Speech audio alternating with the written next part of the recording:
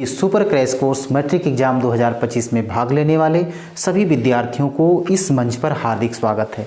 आज की इस वीडियो में हम लोग दो चर वाले रैखिक समीकरण से संबंधित दीर्घ उत्तरीय प्रश्न जो पूछा जाता है वो आज हम लोग पढ़ने वाले हैं। आयु से संबंधित प्रश्न, यानी आयु के आधार पर प्रश्न किस प्रकार पूछा जाता है दो चर वाले रैखिक समीकरण में। तो देखिए क्वेश्चन इस प्रकार है, 5 वर्ष पहले नूरी की आयु सोनू की आयु की 3 गुनी थी, तो 10 वर्ष पश्चात नूरी की आयु सोनी की आयु की 2 गुनी हो जाएगी, तो नूरी और सोनू की आयु कितनी है।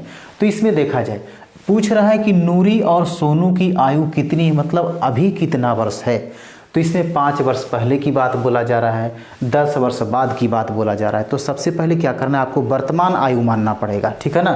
तो यहाँ पर क्या करेंगे, जब आंसर बनाएंगे तो इसमें देखिए क्या बोला जा रहा है, नूरी और सोनू की आयु। तो यहाँ पर पहले नूरी की मानेंगे, माना कि नूरी की वर्तमान आयु, ठीक है ना, वर्तमान आयु बराबर कितना, इसको हम 1 वर्ष मान लेते हैं, ठीक है।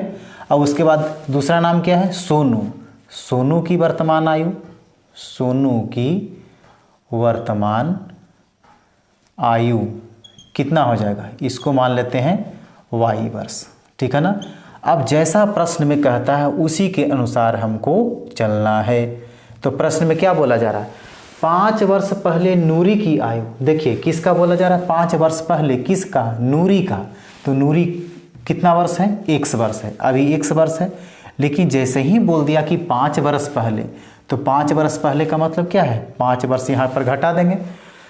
इसके बाद देखिए सोनू की आयु की 3 गुनी हो जाएगी। इसका मतलब जब भी पश्चात कहे या पहले कहे तो सबसे पहले क्या करना है कि दोनों में देखिए, दोनों से संबंधित प्रश्न पूछा जा रहा था। नूरी के भी 5 वर्ष पहले और सोनू के भी 5 वर्ष पहले। तो सोनू का कितना है, y है, इसको भी 5 वर्ष पहले यानी 5 घटाएंगे।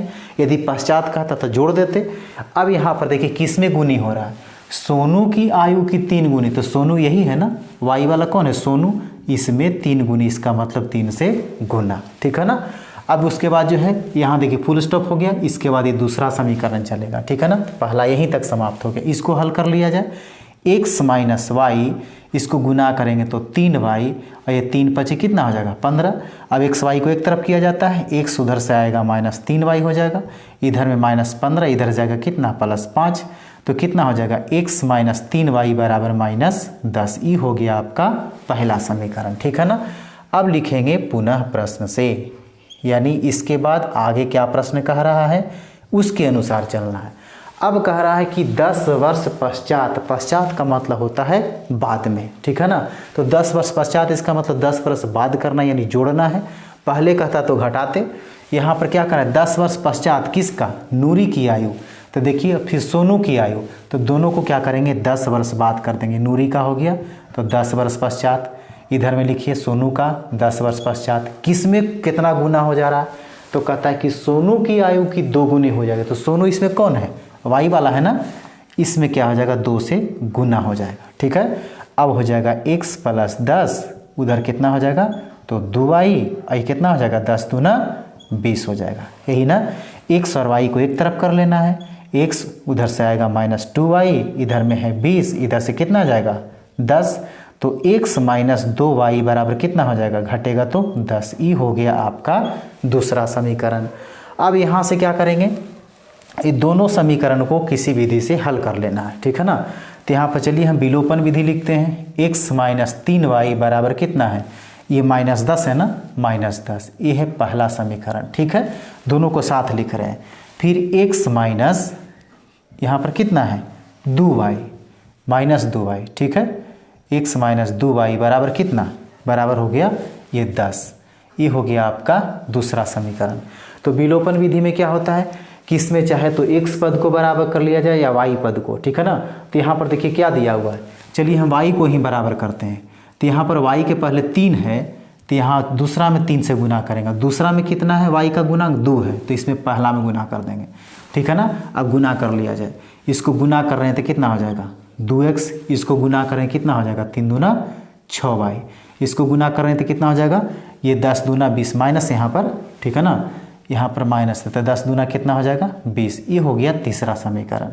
इसको अब लिखा जाए, इसको गुना किया जाए, कितना हो जाएगा, तो 3x, यहाँ पर हो गया 3x माइनस 3 दूना 6y बराबर 10 तिया 30 हो गया। ये हो गया आपका चौथा समीकरण।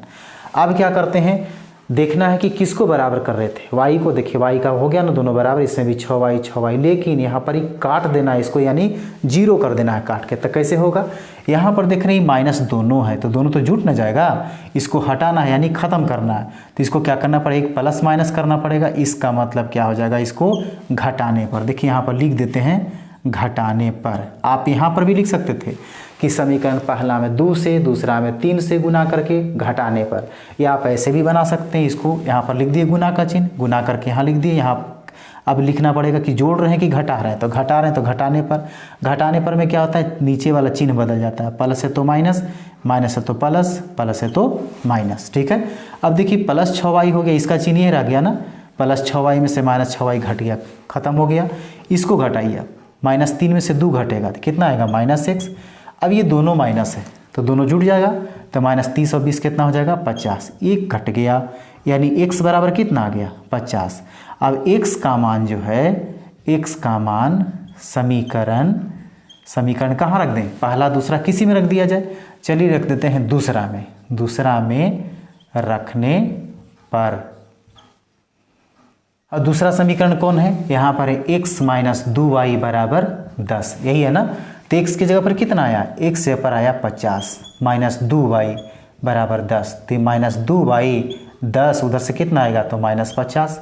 तो माइनस 2y बराबर कितना हो जाएगा, घटेगा तो 40। एक देखिए कट गया माइनस माइनस, तो y बराबर कितना हो गया 40 बट्टा में 2, तो बराबर कितना हो जाएगा, ये हो गया 20। अब यही आपको आंसर लिखना पड़ेगा, जैसा बोला जा रहा है उसी के अनुसार से। तो नूरी की आयु और फिर सोनू की आयु, तो यहाँ पर लिखेंगे इसलिए नूरी की वर्तमान आयु, नूरी की वर्तमान आयु बराबर कितना था, x माने थे ना, तो x बराबर कितना हो गया, x बराबर देखिए कितना आया 50 वर्ष। ये हो गया 50 वर्ष। उसी तरह से फिर लिखेंगे तथा किसका, सोनू की वर्तमान आयु बराबर कितना, y था, तो y का मान कितना आ गया है, y का मान आ गया है 20, यानी 20 वर्ष। यही आपको आंसर लिखना था। तो उम्मीद है कि ये क्वेश्चन का आंसर बनाने का तरीका जो है आपको भली भांति समझ में आ गया होगा। यदि थोड़ी सी भी कन्फ्यूजन रहती है, वीडियो को दोबारा देखें। यदि आपको इसके अलावा और भी किसी प्रश्न का जवाब चाहिए तो आप नीचे दिए गए व्हाट्सअप नंबर पर आप जो है ना मैसेज कर सकते हैं, उसका जवाब जरूर मिलेगा।